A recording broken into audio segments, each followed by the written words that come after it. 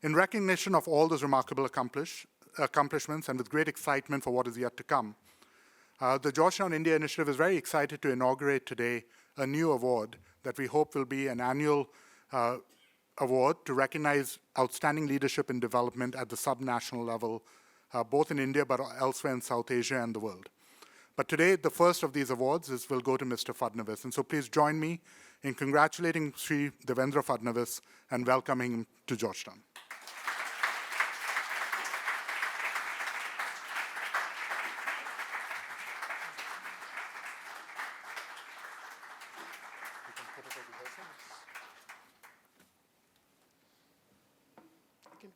Yes, sir. And this mic is yours, please.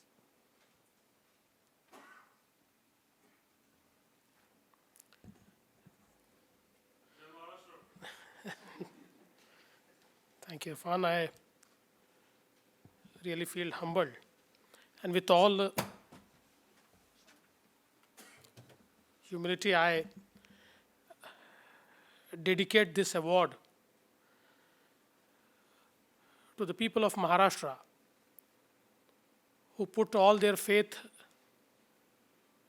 in me and my party and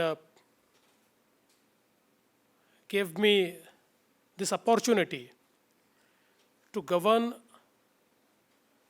the second largest state of India, which is also powerhouse of India.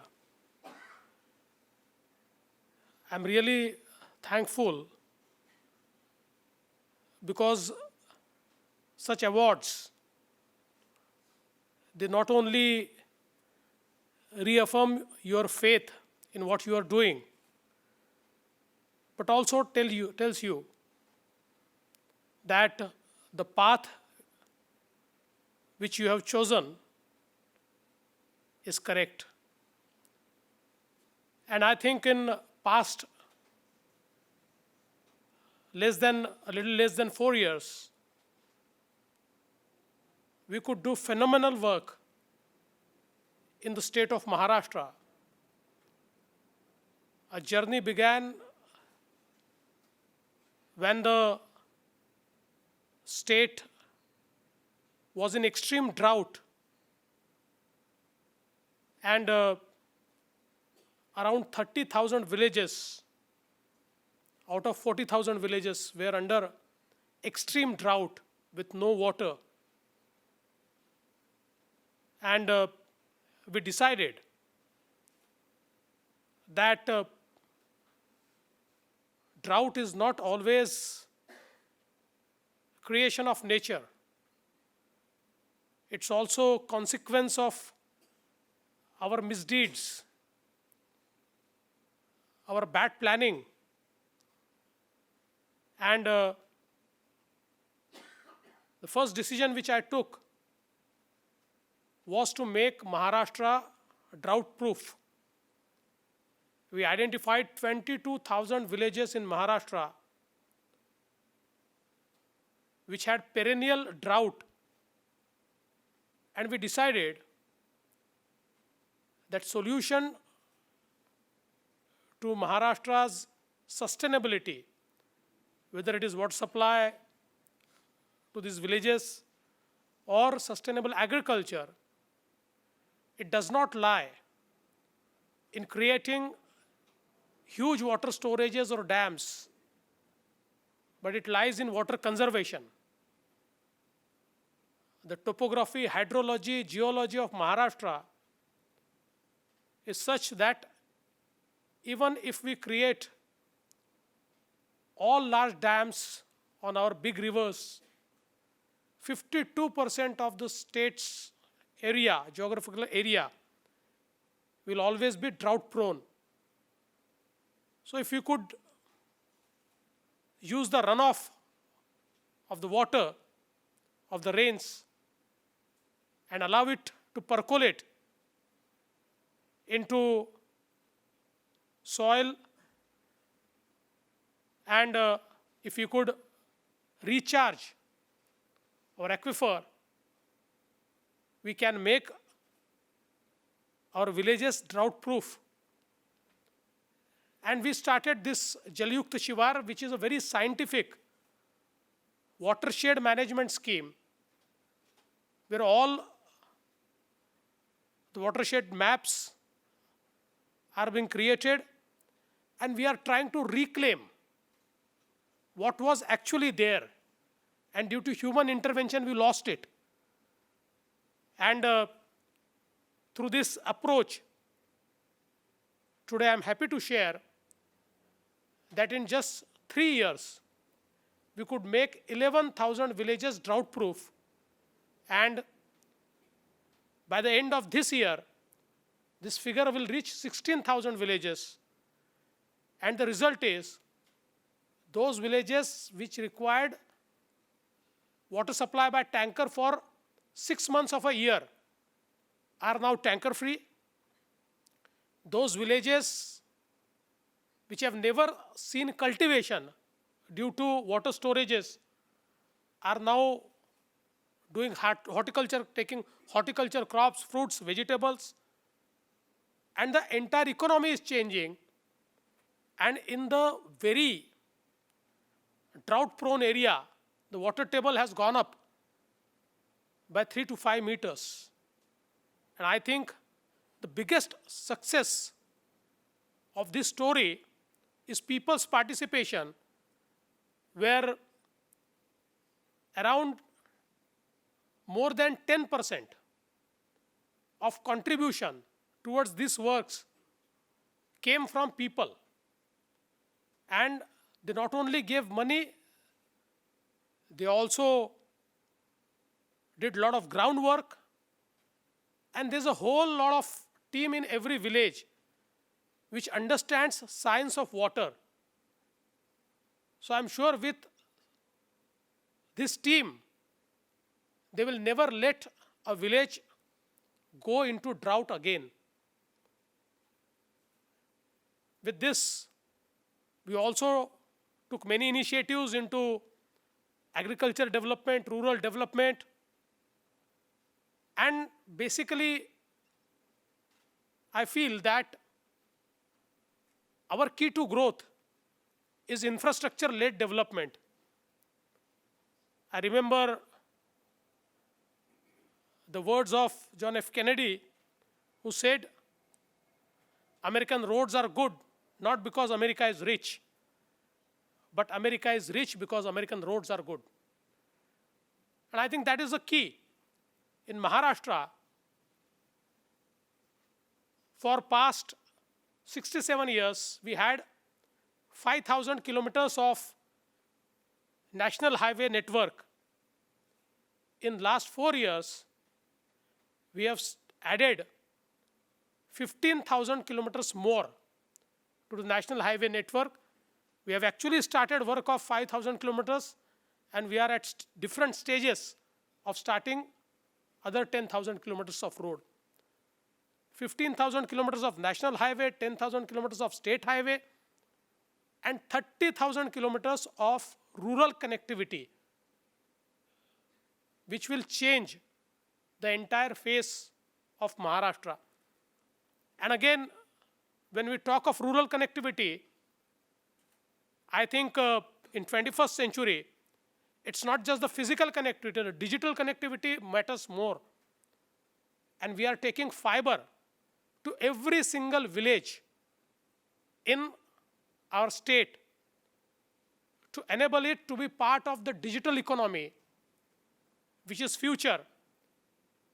And by this date, we have finished 50% of the villages, and maybe in 9 to 12 months, we'll try and reach every single village with fiber, which would change the entire way of things we are doing in the villages, and they will be part of the digital initiative and the digital economy. Mumbai, all of us know, is the financial capital of India. But infrastructurally, Mumbai was quite neglected for quite some time. In fact, many cities, we started infrastructure building quite later, took over Mumbai, in their pace. So we started doing a lot of infrastructure projects in Mumbai. And today we are creating a 250 kilometers metro network in Mumbai. We are creating around 100 kilometers of elevated suburban railway network in Mumbai. We are about to start water transport on the east coast of Mumbai. We are building a coastal road on west coast of Mumbai. And we are also joining the island city of Mumbai to the hinterland by a 22-kilometer sea bridge. And this will be one of the longest bridge ever built in India. And that will connect Mumbai to New Mumbai, where we have already started building a new airport. And in the vicinity of this airport, in the influence area of this airport, we are creating our urban agglomeration, which is 600 square kilometer urban agglomeration, which will be third Mumbai. We have Mumbai, we have New Mumbai, and this will be third Mumbai, which will be bigger than Mumbai. And this will actually create host of opportunities of investment. And as we all know that the future of financial services is fintech. And we want to develop Mumbai and MMR region as fintech capital. We have already released our policy on fintech. And today, when we aspire to make Maharashtra first $1 trillion subnational entity in India, I think the digital economy is the key. We are now 400 billion, and with our today's growth rate and business usual, anyway we will become a $1 trillion economy by 2030. But we want to become a $1 trillion economy by 2025. And the key to that is, on one hand, infrastructure, sustainability in agriculture, and today we know that the watertight compartment between services sector and industry sector or manufacturing sector does not exist. With Industries 4.0, artificial intelligence, the entire space has changed. And I think that will offer a lot of opportunities in Maharashtra, and we are trying to grab those opportunities.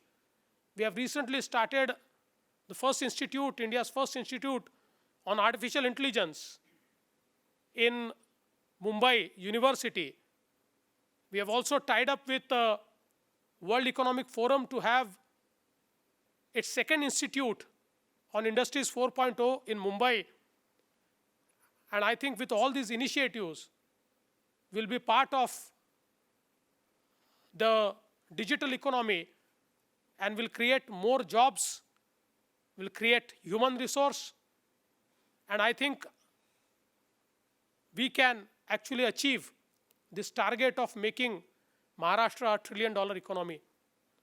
You have also mentioned about Nagpur-Mumbai Prosperity Corridor. I think Nagpur-Mumbai Prosperity Corridor is a 700 kilometers access control super expressway. 700 kilometers super expressway, which will be one of the longest super expressway ever built in India. And it is not just an expressway. It is connecting two cities. On one hand, Mumbai, which is gateway to India. The JNPT port in Mumbai handles around 60% of container traffic that comes to India. And on the other hand, Nagpur, which is at center of India, which is 0 mile of India. And after GST is being rolled out, the artificial barriers among the states have gone away, and the biggest opportunity is into logistics. And the distribution center for entire India can be at the center of India. So by connecting these two cities, we'll be able to manage around 60% of the logistics business in the entire country. And along this, with this corridor, we are also creating 22 nodes, which are like 22 smart cities. And these 22 smart cities will have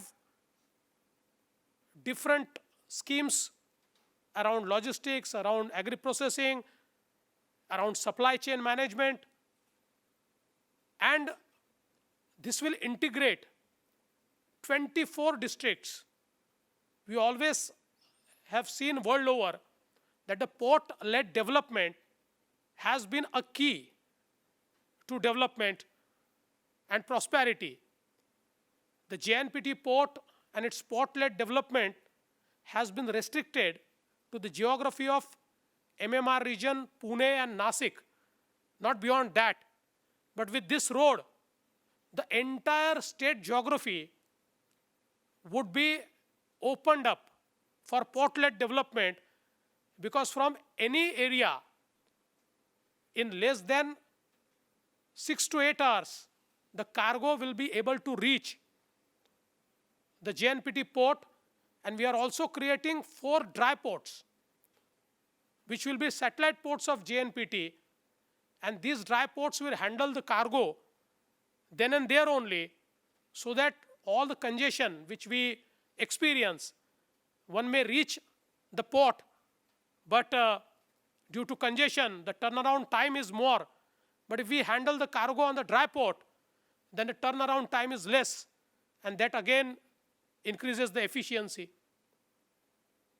So the point here is, in just 3 to 4 years, all those projects which were like dream, we not only conceived them, but we actually started construction. All the projects which I have told, not a single project is such that it is on a paper. And last thing which I really want to tell you is our mechanism to get the projects done. In government, no two government entities speak to each other. In government, no two government entity give no objection to do work in their areas. So we have come up with this idea of a war room, where all big infrastructure projects, we make them part of war room. And all the stakeholders are called in the war room, and I tell them that you take decision here and now. So if you want to work in Mumbai, there are 17 agencies involved. All the 17 agencies will sit together and they will take decision then and there. What is the result? For the first metro corridor, Maharashtra created small 10 kilometers corridor. It took from planning to actual start of construction around 4 years. And now we have already started work of 150 kilometers, and it took us from planning to start of work just 8 months. From 4 years to 8 months is a time reduction which we could do, and that could save a lot of time. Again, just 2 statistics, because we are also running out of time, and you know, it is very risky to give a microphone to a politician because you can ask him to start, but you cannot ask him to stop. But Maharashtra, with our ease of doing business initiative, has become the favorite destination for FDI. When we took over, normally whatever FDI used to come to India, out of that around 10 to 11% FDI used to come to Maharashtra. But with all our initiatives, in 16-17, out of entire FDI that came to India, 47% came to Maharashtra alone. In 17-18, 42% came to Maharashtra. And I think we have become a favorite investment destination in the entire country. And the World Bank Ease of Doing Business Index, India could jump 30 points in just 1 year. The largest contributor is state of Maharashtra. In our assessment, we excelled in 7 out of 10 counts, which allowed World Bank to push India 30 points up. I would only like to conclude that Maharashtra has always been a great state. It had immense potential. What it needed was a focused governance, was to take people along, it needed people's participation in governance. And I think we could inspire that confidence. We could tell our financing agencies that, look, we have projects which are bankable, which are viable, which can change lives of people. And today, I think in Maharashtra alone, we have started projects worth $40 billion. And if you look at the Deutsche Bank report, it says that amongst all big infrastructure projects that are taken up in India, 51% are being executed in the state of Maharashtra. So I think it has been a phenomenal journey. We look forward for more and more such initiatives which can change the lives of people. And I'm sure with this initiative of yours, by recognizing and getting recognition at Georgetown is something very prestigious. So I would not only thank you, but I would like to assure you that will not let you down. You have reposed a faith in me, in our government, in our governance. We will do more, we will improve on it, and will make Maharashtra, our state, one of the best state as compared to all subnational entities. Once again, thank you for recognizing and thank you for listening. Jai Hind.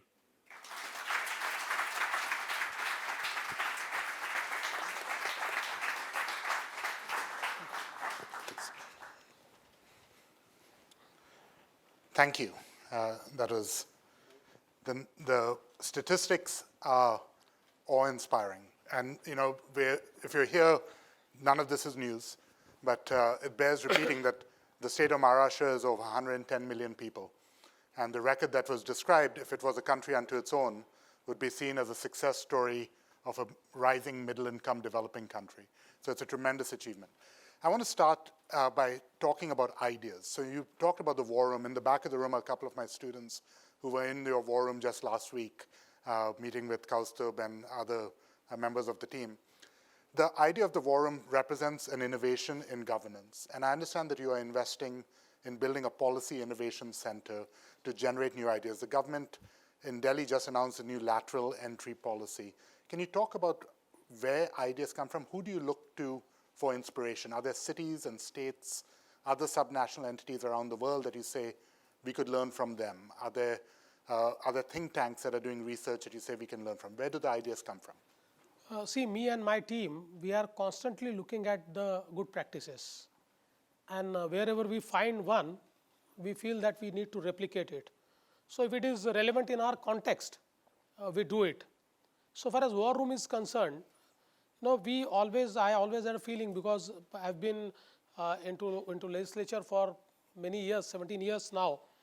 And while I was not in governance and I was a member of a minority party, opposition party, I always used to feel that the biggest impediment in execution of project is none other than government, because government conceives and other departments don't actually participate into it. And that is why I wanted to create a system where every stakeholder, even the minor stakeholder, is on board, and everybody has ownership of a project, and everybody is accountable and responsible for the project. And from there, my team created this concept into a war room, and now I think with the all wonderful results of war room, today every department sends us a note that take our project to war room. So every department wants their project into war room, but I tell them that if I take every project in war room, then what would other departments do? So I think all these ideas have come either out of experience or out of what we could see elsewhere, all the good practices which are embraced by other subnational entities or even the private sector as well. Right.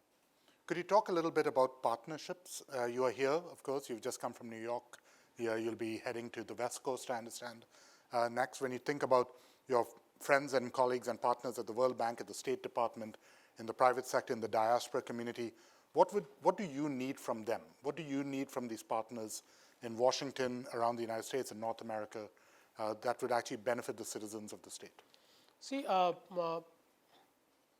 just came from Canada, Quebec, and in Quebec, I was meeting with many people who were into space of artificial intelligence, and we have created international group with University of Quebec and our own agriculture university with the chief scientist of Quebec on board for the use of AI in agriculture. I think agriculture is one field where if it is done with precision, then a lot of predictability can come into it. So pest control is a major issue where there is a large scale distress amongst farmers due to pest, and actually they lose their entire crop due to pest attack. So we have created that group. Tomorrow I'll be going to San Francisco, where I'll be meeting a lot of people into digital space, because I have already told that we want to build the digital economy, and recently we have converted our the new Mumbai SEZ into non-SEZ with a clear impetus on financial technologies and Industries 4.0. So we want to attract a lot of investment into Industries 4.0, and I think tomorrow I'm meeting everybody in that sector. So all these visits, ultimately when we talk to people, when we present what we are doing, how Maharashtra is doing, and also Mr. Vaida is here, he was Consul General in Mumbai. So we interact with many American companies, and these companies in turn become our ambassadors. So they also tell that, look, if you come to Maharashtra, the entire atmosphere is good and we can do good business. So I think with all this outreach, we actually frame the opinion of the people to invest into Maharashtra. Right, of course. So you talked very strikingly, one of the very characteristic features of your government has been the willingness to invest in the infrastructure of Mumbai. And this is unusual, of course, often in large parts of the world, because cities are seen as already being prosperous, and there's a bias towards rural areas possibly. You have, of course, also faced from farmers protests, agitations. There was the very momentous farm loan waiver program that your government implemented last fall. How do you balance the needs of the rural sector with the urban sector so the whole state can grow? So actually, see, ultimately we are a developing economy, and always such economies are in financial stress. Our fiscal space is limited. So what we essentially did was that cities like Mumbai have their own potential to generate, money. They can generate their own resources. So what we really did is we utilized our different organizations, which are our corporations, the state government owned corporations, and with their clean balance sheets, we have tried the land securitization model. So with different models for urban infrastructure, we did off-budget borrowing. And for rural infrastructure, we did budget financing. So by this, we could balance, because if we would have utilized our budget space for Mumbai and the cities, then there would have been a real bias and no money would have been available for the rural areas. So with this approach, that off-budget resources to be used in cities and budgetary resources to be used in rural areas, I think that has allowed us to maintain the balance. Okay. Let me ask you one more question, and then we'll have time for maybe a couple of questions really quickly from the floor, if that, okay, maybe not. So let me ask one last question in that case. When you, of course, in about a year and a half, you will go back to the citizens of Maharashtra to renew your mandate. At that point, what do you see as the achievement you're proudest of? Maybe not the flashiest, maybe not the biggest, but the one that you know was the hardest to actually get done. And what would you like for the next year to accomplish? What would be the big goal in the future? There will be many things which I will be showcasing, but the thing which is close to my heart and which is close to people's heart is our water conservation scheme, Jal Yukt Shivar. It has changed lives. If you go to the rural areas and if you interact with people, the amount of confidence it has generated in them, they now feel that no more they will be in distress. So I think that will be the biggest thing which I'll take to the people, and I'll give its credit to the people, not to me, because of their participation we could do it. And I think for my next regime, of course, all these projects which I have started are going to be completed in my next regime only, because the completion dates are few 19 in my regime, but 20, 21, 22. But I think there's still huge scope to do work. So before going to election in this regime, I created one vision document. And I told, look, if I am voted to power, this is my vision. I'll transform Maharashtra in this way. And today, I could proudly say that every single point of my vision document is either implemented or is in pipeline of implementation. Now I'll create a new vision document. We are here and we want to take the state here. In 2015, December, just for the audience, in 2015, December, I had the first time I met you, sir, in Mumbai. And Dean Hellman, who unfortunately couldn't be here today, but had served in the World Bank for 3.5 years in Delhi as part of a 15-year career at the World Bank, asked you what was the biggest challenge you saw facing, and you said droughts. Last summer, when we were in the war room with my students, we had a chance to hear from Mr. Bhatkal, CEO of the Pani Foundation, and were so inspired by the work that we've entered into a partnership with the Pani Foundation, doing a major impact evaluation across Maharashtra of the work being done. And just last Saturday, we were in Zaigaon in Satara district, 15 of our students walking around, and the pride of the villagers in the work that they have done. And one family telling us that the amount of drinking water that they now have has doubled in their daily allocation because of the work that they have invested under the program and leadership that you have provided. So I think you're absolutely right. That is something you should be deeply proud of. We are very proud that you took the time to come and join us. We're sorry you couldn't spend more time with us. We hope you can come back again very soon. Thank you so much.